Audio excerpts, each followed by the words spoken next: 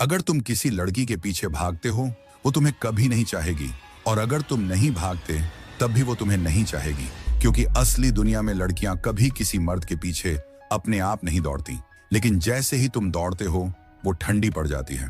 तो असली सवाल ये है ही नहीं कि चेस करूं या नहीं, असली सवाल है खेल को ऐसे कैसे पलटा जाए कि वही लड़की तुम्हारे पीछे भागना शुरू करे और उसे खुद भी समझ ना आए कि ये कब हुआ।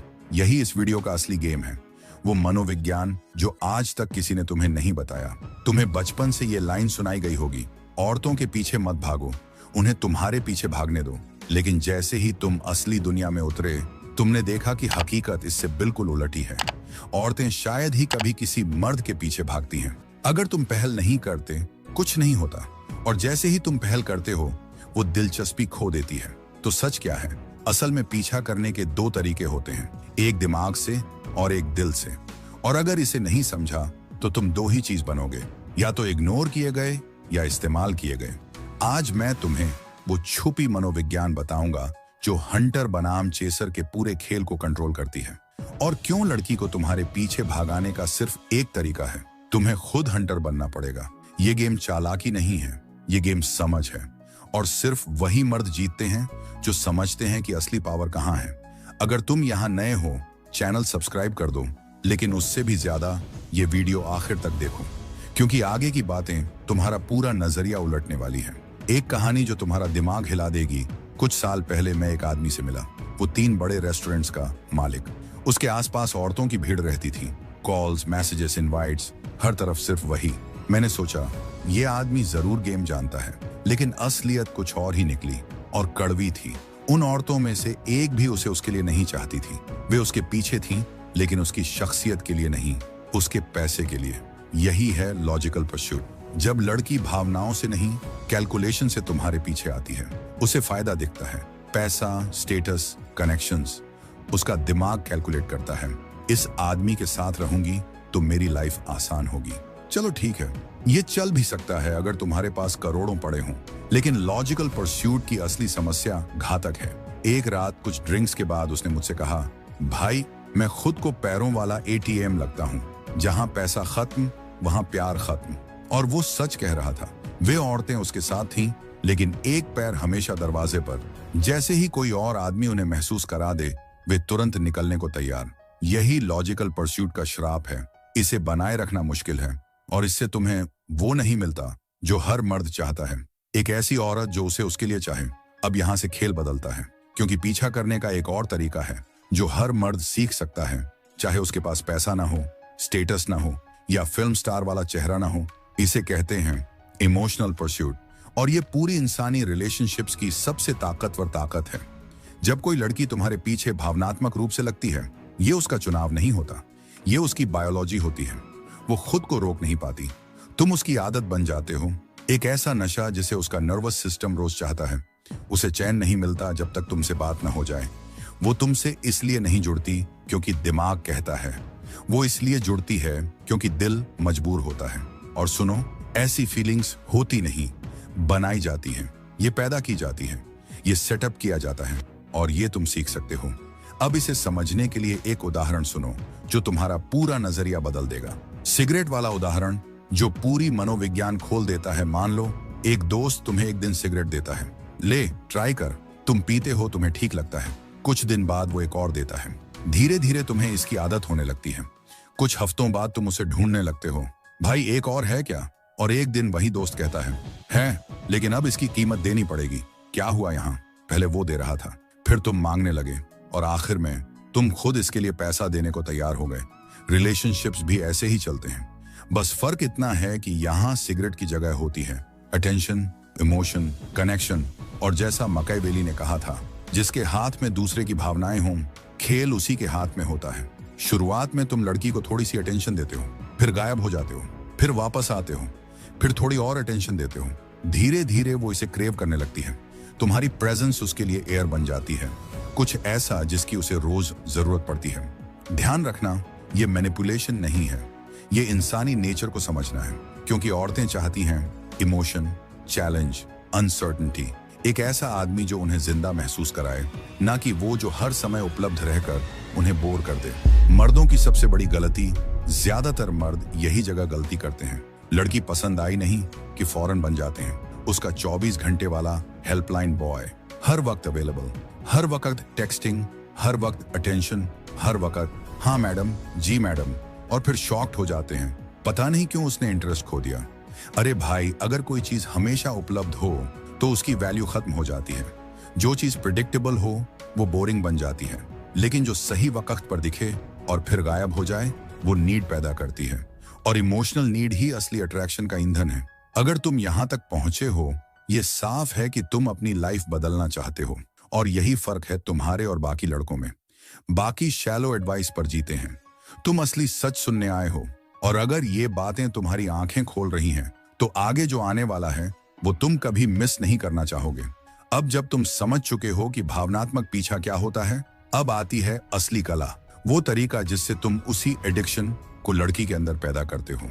और गौर से सुनो, यही वह जगह है जहां 90% मर्द जिंदगी भर गलती करते हैं, क्योंकि वे हंटर बनने की कोशिश करते हैं लेकिन असल में बन जाते हैं चेसर। और इन दोनों में फर्क उतना है जितना राजा और भिखारी में। चेसर कौन होता है? चेसर भीड़ में से वही लड़का होता है जो मैसेज पे मैसेज करता है, बार बार पूछता है कब मिल सकती हो, हर बार यस कहता है, हर छोटी चीज पर खुद को सिद्ध करने में लगा रहता है, रिजेक्शन मिलते ही घबरा जाता है। लड़की चाहे जैसा भी व्यवहार करे वो खड़ा ही रहता है सीधी भाषा में। चेसर हमेशा नीचे की पोजीशन पर रहता है। वो मांगता है, वो मनाता है, वो खुशामद करता है, वो इंतजार करता है। और यही वजह है कि लड़की उसे कभी सीरियसली नहीं लेती। अब हंटर कौन है? हंटर फैल करता है लेकिन पावर से। उसकी इंटेंशन साफ होती है लेकिन उसकी जरूरत जीरो होती है। हंटर पूछता नहीं, हंटर बताता है। वो डींगे नहीं हाँकता लेकिन उसकी टोन में साइलेंट अथॉरिटी होती है। यही असली मर्दाना एनर्जी है जो औरतों को आकर्षित करती है। जैसा कि रणनीति के मास्टर्स ने कहा है, जिस आदमी में उद्देश्य और अंदरूनी ताकत हो वही जीतता है। जो आदमी डर से चलता है वही खुद को नष्ट करता है। फर्नांडो का सीक्रेट जिसने पूरी तस्वीर साफ कर दी। कुछ साल पहले मैं एक आदमी से मिला था, नाम था फर्नांडो। ना वो हैंडसम था, ना अमीर, ना उसकी सोशल मीडिया कोई धमाकेदार थी, लेकिन औरतें उसके लिए पिघल जाती थी जैसे वो उनमें कोई बटन दबा देता हो। एक दिन मैंने उससे पूछा, तेरा सीक्रेट क्या है? उसने बस एक लाइन कही जो मेरी जिंदगी बदल गई। फर्क सवाल में है भाई। लड़के कैसे पूछते हैं और मैं कैसे पूछता हूँ। पहले मुझे समझ नहीं आया, फिर उसने डेमो देकर मेरी आंखें खोल दी। मर्द क्या पूछते हैं? तुम कब फ्री हो, मिल सकते हैं? ये है बेगिंग, यानी परम चेसर लगता है। फर्नांडो क्या पूछता था? इस हफ्ते कौन से दिन फ्री हो, मैं तुम्हें एक जगह ले जाना चाहता हूँ, तुम्हें पसंद आएगी। सीधा फर्क देखो, एक परमिशन मांग रहा है, दूसरा डायरेक्शन दे रहा है। एक लड़की को लीडर बना देता है, दूसरा खुद फ्रेम सेट करता है। यही है हंटर का पहला नियम, कभी फॉलोअर वाली भाषा मत बोलो। जब तुम कहते हो तुम कब फ्री हो, उसका मतलब होता है तुम डिसाइड करो, मैं फॉलो कर लूंगा। लेकिन जब तुम कहते हो बताओ किस दिन फ्री हो, ये बताता है मैं लीड कर रहा हूं, तुम मेरे वर्ल्ड में फिट होती हो। और लड़कियां इसे तुरंत महसूस करती हैं। उनका दिमाग इसे पकड़ लेता है उससे पहले कि उन्हें पता चले।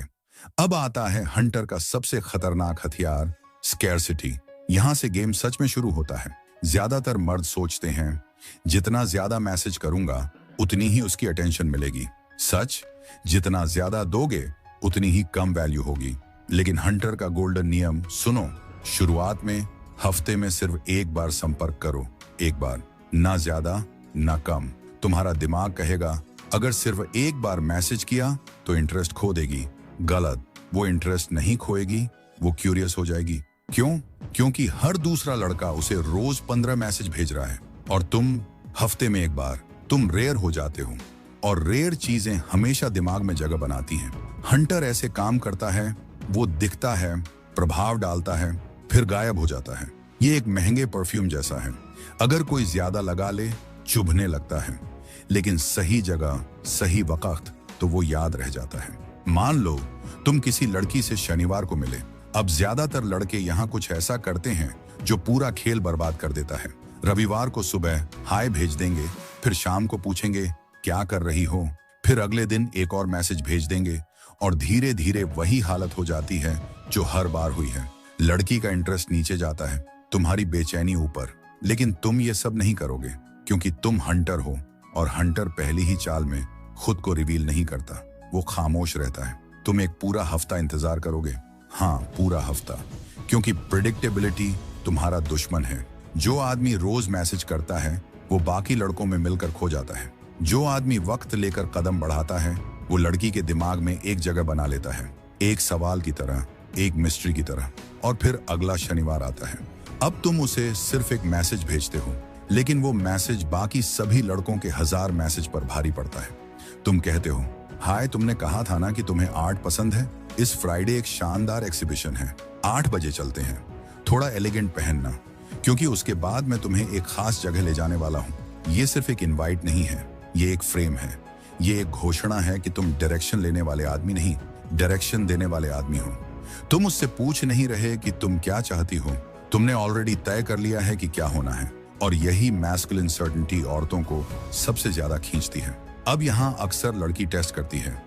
वो कहेगी वो बिजी है, उसकी प्लान्स ऑलरेडी बने हैं, या शायद कैजुअल सा देखते हैं कह दे। और यही वो जगह है जहाँ 99% लड़के बिखर जाते हैं। उनकी आवाज बदल जाती है, टोन गिर जाता है। वे जल्दी जल्दी कोई दूसरा दिन ऑफर करने लगते हैं, जैसे उनकी पूरी दुनिया उसी एक मिलने पर टिकी हो। लेकिन हंटर की चाल अलग होती है। वो बस मुस्कुराता है और कहता है, no problem, maybe another time. बस इतना, न कोई एक्सप्लेनेशन, न कोई जस्टिफिकेशन, न कोई एक्स्ट्रा कोशिश। और ये एक लाइन उसकी पूरी साइकोलॉजी हिला देती है, क्योंकि वो इस तरह का व्यवहार रोज नहीं देखती। उसकी आदत है लड़कों को बेचैन होते देखने की, उसकी आदत है लड़कों को ऑप्शंस ढूंढते देखने की, उसकी आदत है लड़कों को डेस्परेटली कोशिश करते देखने की। लेकिन तुमने ऐसा कुछ नहीं किया। तुमने सेल्फ रिस्पेक्ट दिखाई, तुमने अर्जेंसी नहीं दिखाई, तुमने उसे प्रायोरिटी नहीं बनाया। और ये शौक उसे परेशान करता है, क्योंकि पहली बार उसे किसी ऐसे आदमी का सामना हुआ है जो उसके ना पर टूटता नहीं, बल्कि अपनी जगह पर शांत खड़ा रहता है। और इसी चुप्पी के अंदर क्यूरियोसिटी पैदा होती है। यही क्यूरियोसिटी अट्रैक्शन का पहला स्पार्क है। यही वजह है कि अधिकतर मामलों में वही लड़की कुछ घंटों या कुछ दिनों के अंदर खुद वापस आती है। एक छोटा सा मैसेज, हे, मेरी फ्राइडे फ्री हो गई है, तुम अब भी जाना चाहते थे? ये इसलिए नहीं कि अचानक उसके पास समय हो गया, ये इसलिए है क्योंकि अचानक तुम सामान्य नहीं रहे, तुम रेयर बन गए। और रेयर चीजों की ओर इंसान खुद खींचता है। अगर वो वापस नहीं आती, तुम फिर भी चेस नहीं करते, तुम उसके पीछे नहीं भागते, तुम सिर्फ अपने सिस्टम पर चलते हो। अगला शनिवार आता है, नई बातचीत, नई लड़की, नई एनर्जी। क्योंकि हंटर कभी एक ही शिकार पर नहीं रुकता। उसका मूल्य उस एक लड़की पर डिपेंड नहीं करता। वो अबंडेंस में सोचता है, वो खुद को प्राइज मानता है। और प्राइज भागता नहीं, प्राइज चुना जाता है। और जब लड़की आखिरकार मिलने के लिए हाँ कह देती है, उस पल तक तुमने एक सबसे महत्वपूर्ण चीज एस्टैब्लिश कर दी होती है। तुम उसके पीछे नहीं, वो तुम्हारे वर्ल्ड में स्टेप ले रही है। अब तुम पहली डेट पर हो, और यहाँ ज्यादातर मर्द वही गलती करते हैं जो उन्हें सबसे ज्यादा नुकसान पहुंचाती है। वे अच्छे लड़के की तरह बर्ताव करने लगते हैं। वो लड़की को कंफर्टेबल तो कर देते हैं, लेकिन अट्रैक्ट नहीं कर पाते। वे बातचीत को स्मूथ तो बना देते हैं, लेकिन मेमोरेबल नहीं बना पाते। और जब डेट खत्म होती है, लड़की सोचती है, अच्छा था लेकिन कुछ खास नहीं था। ये लाइन वही है जो किसी भी रिश्ते को शुरू होने से पहले मार देती है। और ये इसलिए होती है क्योंकि मर्द बातचीत फैक्ट में करते हैं, जबकि औरतें कनेक्शन इमोशन में ढूंढती हैं। तुम्हें फैक्ट्स नहीं देने, तुम्हें फीलिंग्स जगानी है। सच्चाई ये है, लड़की ये याद नहीं रखती कि तुमने क्या कहा, वो ये याद रखती है कि तुमने उसे कैसा महसूस कराया। ये लाइन मेरे एक थेरेपिस्ट दोस्त ने कही थी, और उसने मेरा पूरा नजरिया बदल दिया। मैं पहले सोचता था कि अच्छी बातचीत मतलब पॉजिटिव बातें, गुड मैनर्स, थोड़ी हंसी मजाक, थोड़ा इंट्रोडक्शन। लेकिन ये सब एडमिनिस्ट्रेशन होता है, सिडक्शन नहीं। एडमिनिस्ट्रेशन वाली बातचीत अच्छी लगती है, सिडक्शन वाली बातचीत याद रहती है। औरतें किसी ऐसे आदमी को नहीं चाहती जिससे बात करने पर ऐसा लगे कि इंटरव्यू चल रहा है। अगर तुम उससे पूछो क्या काम करती हो, वो मैकेनिकल जवाब देगी। अगर तुम पूछो आज का सबसे बोरिंग हिस्सा कौन सा था, थोड़ी मुस्कुराएगी। लेकिन अगर तुम उससे पूछो वो कौन सा पल था जब तुमने खुद को सबसे ज्यादा अलाइव महसूस किया था, वो रुक जाएगी, सोचेगी और तुम्हारे साथ खुलना शुरू करेगी। यही अट्रैक्शन बनता है, उस सवाल में जिसका जवाब देते हुए उसे अपने अंदर झांकना पड़े। और ये बात ध्यान रखना, ये सवाल ट्रिक्स नहीं है। अगर तुम्हारी क्यूरियोसिटी फेक होगी, उसकी इंस्टिंक्ट उसे तुरंत पकड़ लेगी। महिलाओं की इमोशनल रेडर बहुत तेज होती है। तुम्हें जेन्युइनली सुनना होगा गहराई से। उसकी बात बीच में काटनी नहीं, तुम्हें उसके वाक्यों के साथ ब्रीदिंग तक पकड़नी होगी। अगर वो कहती है कि पर्वतों पर किया गया ट्रिप उसके लिए अनफॉरगेटेबल था, तो तुम उसे अपने अगले सवाल से उसी पल में वापस ले जाओ। छोटी पर खड़े होकर सबसे पहले किस चीज ने तुम्हें चौंकाया था? उस पल तुम्हारे अंदर हवा कैसी लग रही थी? तुमने नीचे झांका तो क्या सोचा? ये सवाल कॉन्वर्सेशन नहीं, इमोशन बन जाते हैं, और वो इमोशन तुमसे जुड़ जाता है। उसके सबकॉन्शियस में तुम एक्सचेंज ऑफ इंफॉर्मेशन नहीं बनते, तुम फीलिंग का सोर्स बन जाते हो। और यही वो बिंदु है जहां अट्रैक्शन सिर्फ बढ़ता नहीं, गहरा हो जाता है। अब आता है वो पल जहां तुम महसूस कर लोगे कि उसके अंदर एक सब्टिल सी शिफ्ट आ चुकी है। वो अब तुम्हारी आंखों में ज्यादा देर तक देखती है। उसका चेहरा थोड़ा नरम पड़ जाता है। वो अपने बालों को छूती है, अपनी गर्दन को उंगलियों से ट्रेस करती है, या अपनी पोस्टर बदलती है जैसे वो तुम्हारी ओर खींच रही हो। ये वो मोमेंट है जहां हवा का तापमान बदल जाता है, और इसी पल में तुम एक छोटी सी मूव करते हो। तुम अपनी आंखें 1 सेकंड के लिए उसकी होंठों पर ले जाते हो, सिर्फ 1 सेकंड, और फिर वापस उसकी आंखों में।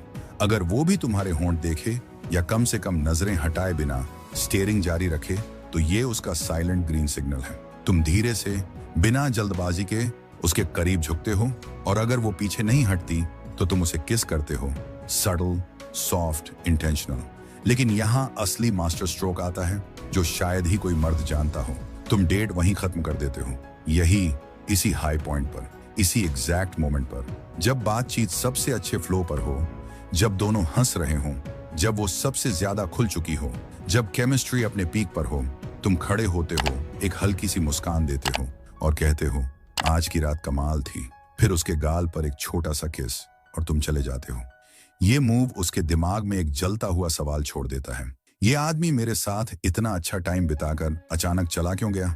यही सवाल उसे बाकी पूरी रात जगाए रखता है। वो तुम्हें रिप्ले करती है, तुम्हारे चेहरे, तुम्हारे शब्दों, तुम्हारी वाइब को लगातार याद करती रहती है। अगली सुबह वो खुद तुम्हें मैसेज करेगी, तुम्हारे जवाब का इंतजार करते हुए, क्योंकि तुमने बस अट्रैक्शन नहीं बनाया, तुमने इमोशनल एडिक्शन का पहला स्पार्क जला दिया है।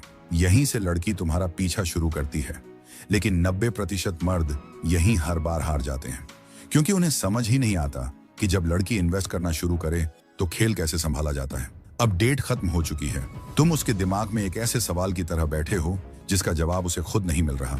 वो रात टर्निंग पॉइंट होती है, और अगले कुछ दिनों में वो खुद से रोक नहीं पाती। वो तुम्हें मैसेज करती है, शायद सुबह गुड मॉर्निंग, शायद रात को गुड नाइट, कभी कोई रैंडम फोटो, या उसके दिन की छोटी छोटी बातें। यही वो पल है जहां लड़कियां इनिशिएशन लेती हैं, और यही 90% लड़के फंस जाते हैं, क्योंकि जैसे ही लड़की एंगेजमेंट बढ़ाती है, लड़का घबराकर अवेलेबिलिटी बढ़ा देता है।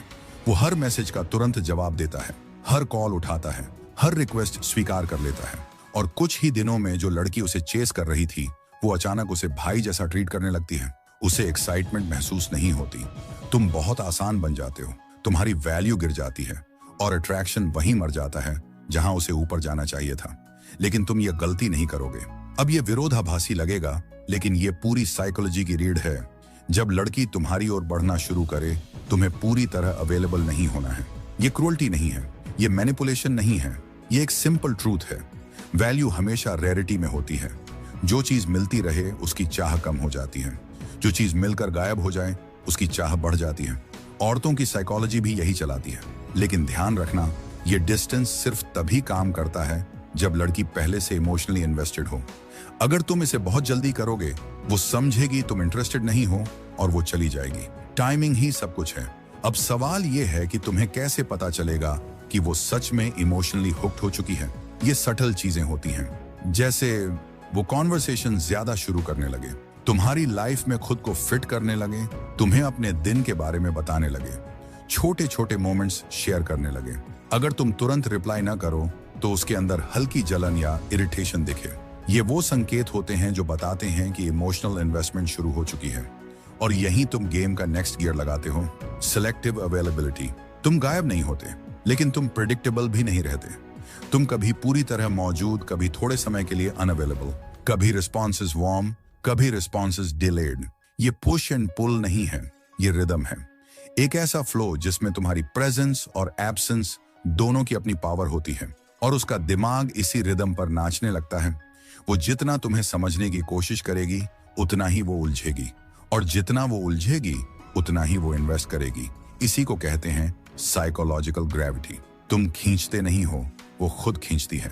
लेकिन यहाँ असली परीक्षा शुरू होती है, क्योंकि जब लड़की रियलाइज करती है कि वो तुम्हारे लिए फीलिंग्स डेवलप कर रही है, उसे थोड़ी इनसिक्योरिटी महसूस होती है। और इनसिक्योरिटी के जवाब में लड़कियां एक चीज जरूर करती हैं, टेस्टिंग।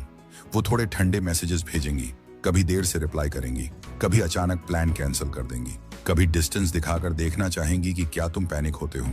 ये पैनिक टेस्ट है और ये हर लड़की करती है, कॉन्शियसली या सबकॉन्शियसली। और यहाँ एक एवरेज लड़का टूट जाता है। वो पूछने लगता है, सब ठीक है? तुम नाराज हो? मैंने कुछ गलत किया क्या? हम क्यों दूर हो रहे हैं? और बस यहीं उसका गेम खत्म, क्योंकि इस इनसिक्योरिटी में वही एनर्जी होती है जो चेसर में होती है।